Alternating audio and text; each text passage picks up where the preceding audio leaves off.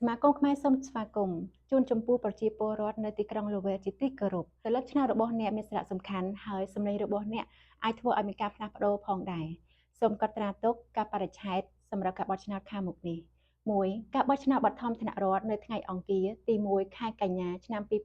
2026ការបោះឆ្នោតទូទៅថ្នាក់រដ្ឋនៅថ្ងៃអង្គារទី3ខែវិច្ឆិកាឆ្នាំ2026សិលឹកឆ្នោតនឹងរួមការប្រកួតប្រជែងសម្រាប់មុខតំណែងដូចជាសមាជិកព្រឹទ្ធសភាសហរដ្ឋអាមេរិកអភិបាលរដ្ឋអភិបាលរងអគ្គរដ្ឋអាជ្ញាតំណាងរាស្ត្រថ្នាក់រដ្ឋនិងសហព័ន្ធព្រមទាំងមានមុខតំណែងផ្សេងៗទៀតដែលមានជំរើសជាច្រើនក្នុងការបោះឆ្នោត 1. បោះឆ្នោតតាមប្រេសនីយ៍ 2. បោះឆ្នោតមុនថ្ងៃបោះឆ្នោត 3. បោះឆ្នោតដោយផ្ទាល់នៅថ្ងៃបោះឆ្នោតសម្រាប់ការបោះឆ្នោតបឋមថ្នាក់រដ្ឋដោយការបរិច្ឆេទខាងមុខនេះដូចតទៅ